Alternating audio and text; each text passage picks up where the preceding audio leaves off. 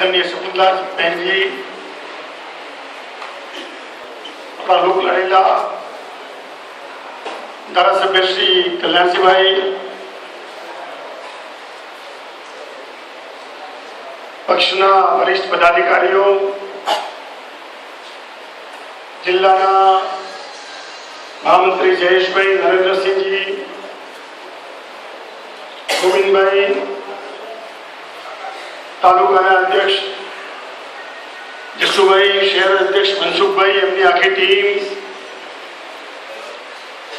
मोटा भागना बधा ज लोकोना नाम मने आवडे छे, आपना बधाने आवडे छे, એવું નથી કે આમનાને આવડે છે। જો નામ બોલવા જઈશ તો સંમેલન પૂરું થઈ જશે। બધા જ મારા પરિવારના ખૂબ જ આત્મીય સ્વજનો, ભાઈઓ બહેનો, મિત્રો, પત્રકાર મિત્રો, હું દર વખતે કહું છું કે મારો અધિકાર છે, કાયદેસર અધિકાર છે આશીર્વાદ આપવાનો, બરોબર ને? નવા વર્ષે અમે નાના હતા ત્યારે સબરસ લઈને નીકળી ગયું, મળી સબરસ બહુ તો સબરસ લઈને નીકળે ને પાછું। ખરેખર હૃદયના ઊંડાણથી આપ સર્વને, આપના પરિવારને, આપના સ્વજનોને, સમગ્ર દહેગામ તાલુકો અને શહેરની પ્રજાને મારા નૂતન વર્ષના ખૂબ ખૂબ કોટી કોટી અભિનંદન। પરંતુ પરમાત્માને પ્રાર્થના કરું, आप જે પરમાત્માને સ્વરૂપને માનતા હોય, 33 કરોડ ભગવાન છે ને, પછી એ કોઈ માતાજીનું માને, કોઈ પાછા બીજા માતાજીમાં 350 માતાજી છે, અલગ અલગ જેને માનતા હોય એના ચરણોમાં હું તમારા વતી પ્રાર્થના કરું છું। તમે જે આસ્થાને માનો છો, પરમાત્મા એ પરમ તત્વ આપને, આપના પરિવારને, સ્વજનોને, કુટુંબીજનોને સુખ, સમૃદ્ધિ, ઐશ્વર્ય અને તંદુરસ્તી બક્ષે, એ જ મારી હૃદયના ઊંડાણની પ્રાર્થના। મિત્રો, હું દુનિયા ફર્યો છું, દુનિયાના બધા ધર્મોનો મેં અભ્યાસ પણ કર્યો છે, તો મને ગૌરવ થાય છે એક બાબતનું, એ ગૌરવ એ છે કે હું હિન્દુસ્તાનમાં જન્મ્યો છું, હું હિન્દુ તરીકે જન્મ્યો છું। હું હિન્દુ એટલે ધર્મ ગમે તે હોય, હિન્દુસ્તાનની ધરતી પર જન્મ્યો છું અને આ વિશાળ મહાન રાષ્ટ્રનો સપૂત છું કે જેની વિચારધારા બીજા દેશો કરતા જુદી છે। અંગ્રેજીનો હું પ્રાધ્યાપક રહ્યો છું। અંગ્રેજીમાં આઈ કેપિટલમાં લખાય છે, આઈ લખ્યું હોય ને આપણે तो मोटो आई करना पड़े, आई तो लिखना पड़ता है ना अंग्रेजी, तो बड़ा आई करना पड़ता है। छोटा करोगे तो उसके मार्क कट जाएंगे। मैं 12th में एग्जामिनर था, 12वीं चौपड़ी में 12वीं की परीक्षा में हूँ, परीक्षा का तो मास्टर आई मोटो रखना पड़े। हमारी देश की संस्कृति ने आई को कैपिटल में नहीं रखा, बड़ा नहीं कहा, आई सबसे पीछे है, मैं बाद में।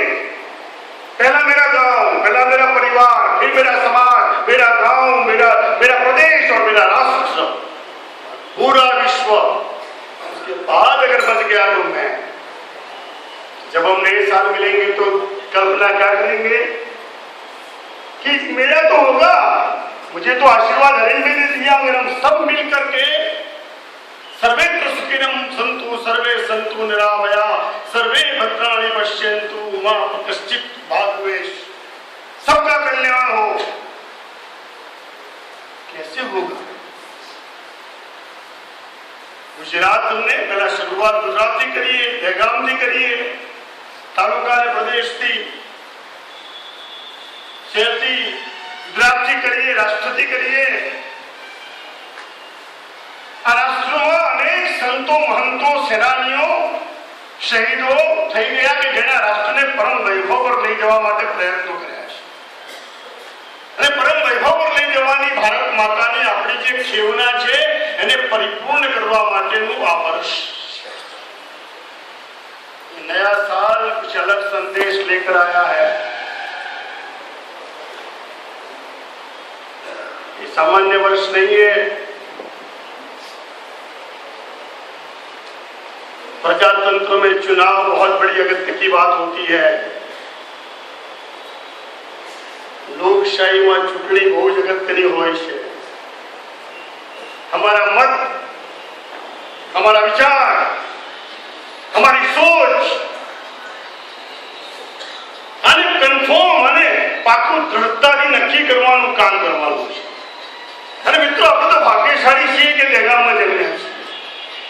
બરોબર છે ને ભાઈ? આપણે ભાગ્યશાળી છીએ કે ગુજરાતમાં જન્મ્યા છીએ. આપણે ભાગ્યશાળી છીએ કે ગુજરાતનું શાસન ભારતીય જનતા પાર્ટીના હાથમાં છે. આપણે ભાગ્યશાળી છીએ કે ગુજરાતનો નેતા નરેન્દ્રભાઈ મોદી, જેણે 10 વર્ષમાં ગુજરાતમાં ક્રાંતિ કરી. मैंने गुजरात की राजनीति में 45 साल बिताए. 16 साल की उम्र से मैं जनसंघ के कार्यकर्ता के नाते काम करता हूं. 16 वर्ष की उम्र मैंने गुजरात को देखा है, गांव को देखा है, गलियों को देखा है, खेत को देखा है, खलियानों को देखा है. मैं જોયું છે, આપણું જોયું છે. પણ 10 વર્ષમાં તમે જે જોવાના છે, તમે જે જોયું, આપે જે જોયું, અને સાંજે 6 વાગે જોશો, બરોબર છે, તમને અંતર દેખાય. અંતર ગઈકાલે હું પ્લેનમાં, આમ તો પ્લેનમાં જ આવું છું તમારા બધાના પુણ્ય પ્રતાપે, બાકી મોટા ભાગે માસ્ટર સાયકલ પર જતો હોય. દિલ્હીથી આવું તો પહેલા દિલ્હીથી આવતો હોઉં ત્યારે પ્લેનમાં બહુ ઓછા લોકો હોય, પ્લેનની મોટાભાગની સીટો ખાલી હોય. કાલે મારે બપોરે આવું તો ત્યારે મને મારા પીએસ કે દિલ્હીમાં કે પાઠક સાહેબ પ્લેનમાં જગ્યા નથી, साजनी फ्लाइट में 2 सीट खाली है, तीसरी रो में, थर्ड रो में 3 से 2 सीट खाली है. कंफर्म मुझे दोपहर को दहगाम जाना है, बपोरे पहुंचू है, राते जવું પડશે. તમે નહીં માનો, 140 નું ઇન્ડિગો ના નાના ફ્લાઇટ માં 150 પેસેન્જર માં 35 ભૂલિયાઓ બેઠેલા હતા. પહેલા એવો જમાનો હતો કે આપણે બધા ભૂલિયાઓના દેશમાં જતા. 10 વર્ષમાં નરેન્દ્રભાઈએ એવું શાસન કર્યું કે ભૂલિયાઓ અમદાવાદ અને ગુજરાતમાં દહેગામમાં આવતા થઈ ગયા.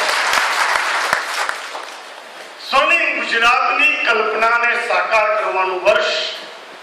મિત્રો, મારી એટલી પ્રાર્થના છે કે આ વર્ષ આપણું છે.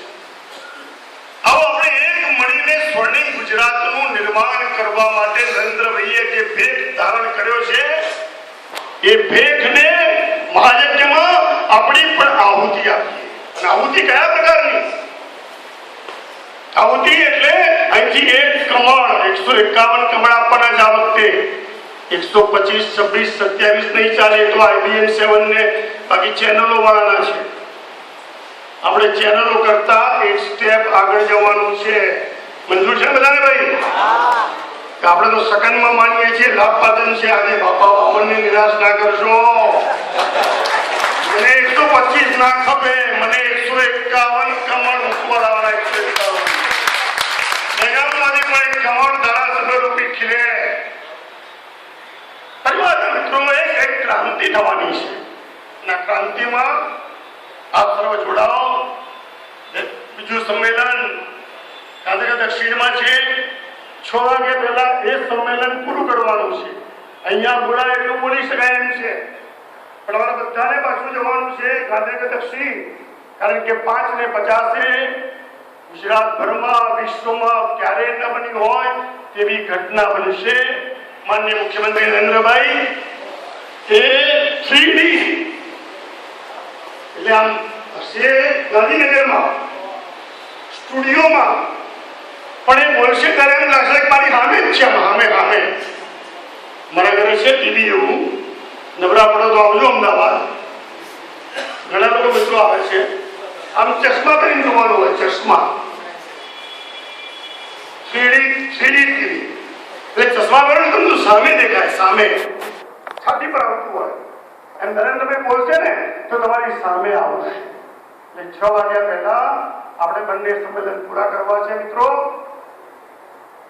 આ સ્વર્ણિમ ગુજરાતની રચનામાં 17મી તારીખે ચૂંટણી થશે. આપણી 17મી છે ને, ડિસેમ્બર. અમરજીભાઈ, એ વખતે દહેગામમાંથી પ્રચંડ બહુમતીએ.